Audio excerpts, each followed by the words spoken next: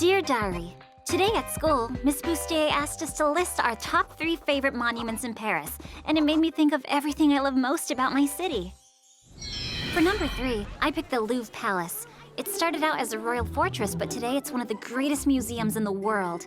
Whenever Cat Noir and I have to fight villains here, we're not just saving people, we're also protecting a one-of-a-kind place filled with incredible works of art. Then again, we never have time to enjoy the Mona Lisa. My second favorite Parisian monument is the Trocadero. Me and my friends from school hang out there all the time. It's also where I go whenever I need inspiration for my new creations.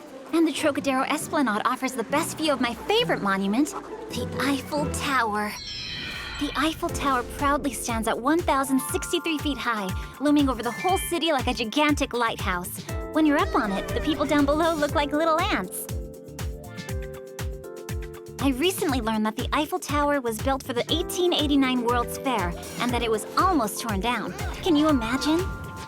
Luckily, it stood the test of time, so I think the thing I love the most about the Eiffel Tower is that it's indestructible, like superheroes.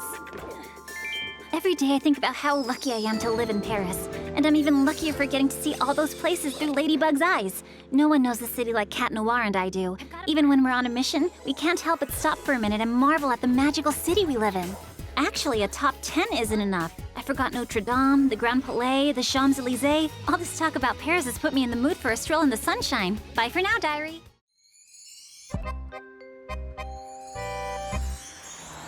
Dear Diary, today at school, Miss Bustier asked us what we want to be when we grow up.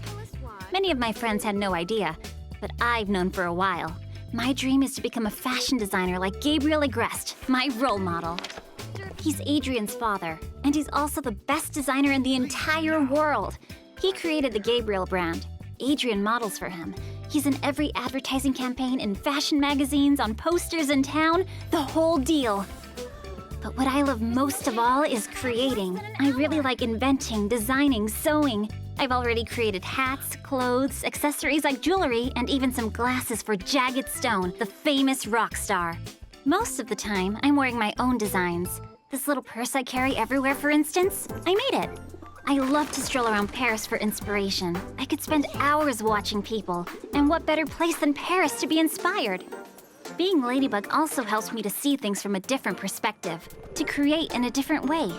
One time, for instance, I was inspired by a villain's costume to create a unique hat.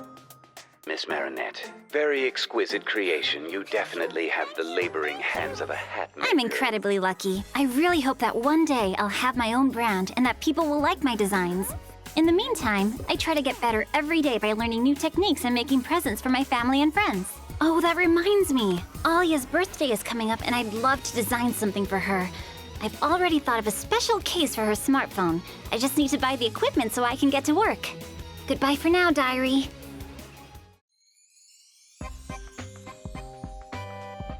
Yo peeps, Alia here, live from Paris with the one and only Lady Blog. For those of you who don't know what that is, welcome to the greatest blog ever. I created the Lady Blog so I could share all my exclusive videos of our favorite superheroine, Ladybug. Why? Because she's awesome! Anytime a villain shows up, Ladybug manages to stop them and save Paris without even breaking a sweat. I'm telling you, she really is the best.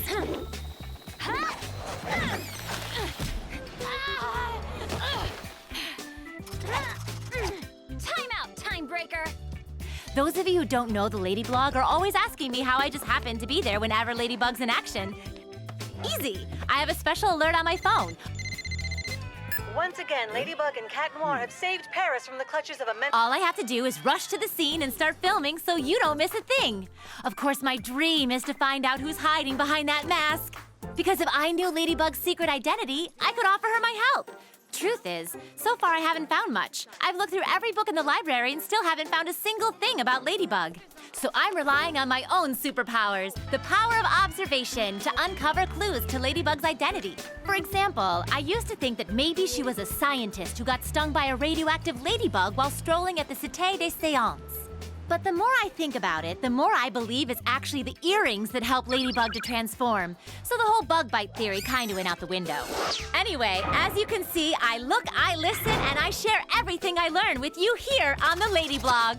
And I intend to keep tracking and filming our favorite superheroine on all of her missions. Sooner or later, I'll find out who Ladybug really is. In the meantime, if you've got any ideas or theories, send them to me. I've got to get to class. See you later, Bugheads, and stay connected! Hey guys, I'm Adrian. In everyday life, I'm just a normal guy. Nice scarf, Adrian. Well, almost. Because my father is Gabriel Agreste, a great world-renowned fashion designer. I sometimes model for him, posing for his advertising campaigns. I don't hate it, but I won't make a career out of it. Actually, I mostly do it to make my father happy. Ever since Mom disappeared, he hasn't been the same.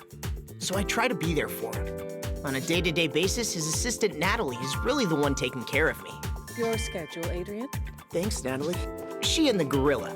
I call him that because he's huge and he never speaks. Just like a gorilla. He drives me to all my activities. Between photo shoots, fencing, learning Chinese, and piano, I don't have much time for myself. I don't even have time to enjoy my awesome room or to invite my friends over to hang out.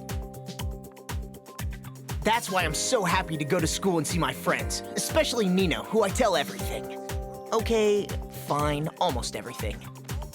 The only thing I can't tell him is that when I'm not Adrian, I'm Cat Noir, and I protect Paris from supervillains. This has really changed my life, because before, I couldn't even go to school because my father was too scared for me to leave the house. My Kwame's named Plag. All he can think about is food, and it's always stinky camembert. Oh, the exhaustion. My poor aching body. I can't move a muscle. He's lazy, but thanks to him, I can turn into a superhero. Plag, close out! He just has to enter my miraculous, the ring I'm always wearing, and bam, I transform.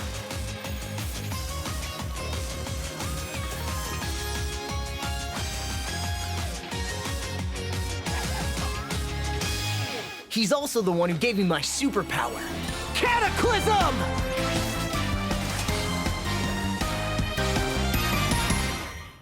With it, I can destroy whatever I touch, but I can't get it wrong, because I only have 5 minutes after using it before I transform back. Then, Ladybug just needs to capture the villain's Akuma, No more evil doing for you, little Akuma. and the day is saved. Being Cat Noir's awesome. I can finally do whatever I want to do and say whatever comes to mind. What do you say we wrap this up? Plus, I get to save Paris with Ladybug. In short, it's a great break from my life at home. When I'm Cat Noir, I really have a blast.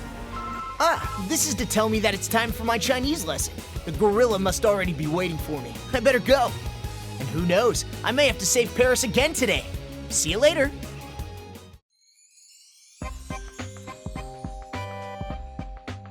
Dear Ladybug, Can anyone tell us why? or maybe Bugaboo. Don't you bugaboo? Stop playing around and calling me Bugaboo. This is really serious. No, that's not right. She doesn't like when I call her that. Milady, perhaps. So, your hair's as dark as night. And your eyes as blue as a summer sky? No. How could I possibly tell her that? Something like, I can hardly wait for our missions together, for the chance to fight by your side. No, she'll think it's lame. She's the smartest girl I know. I have to write something more smart? But I can't make jokes. She doesn't like that. Yeah, but we've got to capture Timebreaker's Akuma. Your life depends on it. Which life? I've got 9. I'm serious. Which makes no sense because my puns are on point. I find them to be extremely funny. Okay, I should just tell her how I feel. Keep it simple. Milady, I wish I knew who you were behind your mask. If I told you, it wouldn't be a secret. I wish I could tell you who I really am. Who knows? Maybe we already know each other without even knowing it. Maybe you've seen some pictures of me on posters around Paris. What am I saying? I can't write that. Nobody can know who I really am. What's your problem? You, Not even the one I love. Wow! Maybe it's best that I tell her nothing then. For now, at least. But I'll find something. And someday, I'll tell her the truth.